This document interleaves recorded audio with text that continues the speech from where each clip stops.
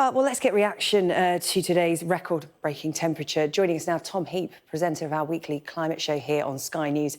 And he could talk to us about the significance of this record being broken today. Tom, wish I was talking to you under better circumstances. This is certainly not a record to celebrate, but describe to us the significance of what we're witnessing and feeling today. It's nothing like I would have thought I'd have seen in my lifetime, really, this kind of temperature. And I'm sitting in Warwickshire in the middle of the country, and I can tell you my thermometer here is 37.9. I don't know if you can see that. So by no means a national record, but an extraordinary temperature for this place. But I do think we need to be a bit careful in the media and in the wider sort of community. It's easy to succumb to a bit of recordism, isn't it? Almost like we want to get it higher. We want to breach these thresholds, which is something we should be so against, really, because it does mean suffering for people, and not just for people. This means suffering for nature as well, which hasn't adapted in this country to deal with these kind of temperatures, and also our farmland, both in terms of livestock and crops.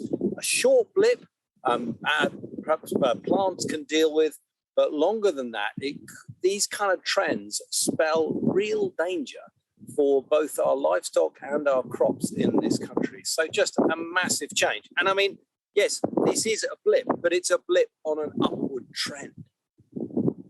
Tom, we've spoken about this over the last 24 hours, that this could be the new norm. From a lot of experts I've spoken to, they knew this was going to happen. They perhaps didn't think or hoped that it wouldn't happen as quickly as this. What's going to be the pattern going forward? As you said, more blips, more frequently? I think that's what all the climate scientists are saying. More blips on the increasingly rising trend. So what's exceptional now might be much more normal by 2030. I think the other thing we need to look at is what's being called adaptation. How do we react to this? I mean, your correspondent who was at King's Cross was talking about people wanting the train network adapted to this. It's quite a subtle debate, that, because we need to be a little bit careful about adapting to something that happens rarely, because all these things cost money. So, yeah, you could make your railway network 45-degree proof, but how often is it going to happen? We have the same thing in winter. Certainly in the past we did, when people were saying, how come we don't have the investment in gritters and snowplows to clean our roads? The answer is because it doesn't happen very often. So that adaptation piece is quite complicated. And I think the other thing to be wary of, a lot of people have been talking about air conditioning. I have pretty strong views about air conditioning.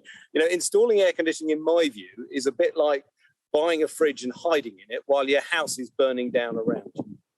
The problem with air conditioning is not only is it not fixing the problem, it also uses a lot of energy. Around the world now, more energy is used for air conditioning, for cooling, than it is for heating. So cooling us is driving global warming. And we have to be very careful about thinking about air conditioning. I think we need many more passive things. The way that our houses are built in terms of the structure, simple things like awnings on windows can make a lot of difference. And also maybe some of us should accept occasional discomfort. Sweating isn't necessarily a bad thing. It's a very effective natural process to cool us down. I'm not diminishing the real health threat there is to those who are elderly or infirm, or if this goes on for a long time. But I think we need to be careful about some of the knee-jerk adaptation ideas.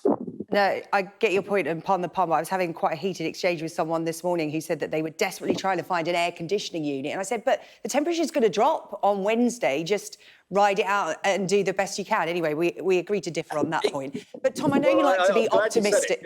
I know you like to be optimistic. Yeah, enjoy the discomfort.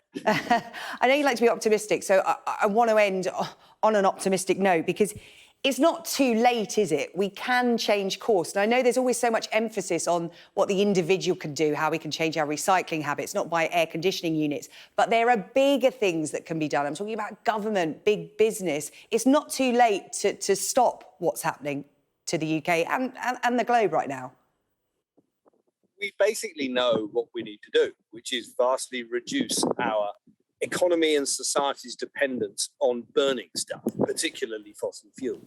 And there are so many ways to do that now in terms of low carbon energy. I don't know if you can see, it might be too bright. Oh, there's some solar panels on a roof over here. I'm not sure it's a thing, but and appetite for those is growing hugely at the moment, especially when fossil fuels are so expensive. Installers are those that run off their feet. This isn't something we can just do domestically. This is something we are doing, and we can do a lot more nationally and internationally. And it is so important that we do not lose sight of these ambitions and these goals, because we've seen this year, if you like, a lot more pointed, immediate, acute threats, be they pandemics, be they the war in Ukraine. But if there's one tiny good thing that could come out of this terrible heat wave, is that it reminds people that climate change is an acute threat, and it deserves to be maintained at the very, very top of government and business policy. Tom, really good to talk to you. As I said, wish it was under better circumstances. It's not a record we wanted to be marking today, but the UK marking its hottest ever temperature. Tom Heap, presenter of our weekly climate show. Thank you so much for joining us this afternoon. Thank you.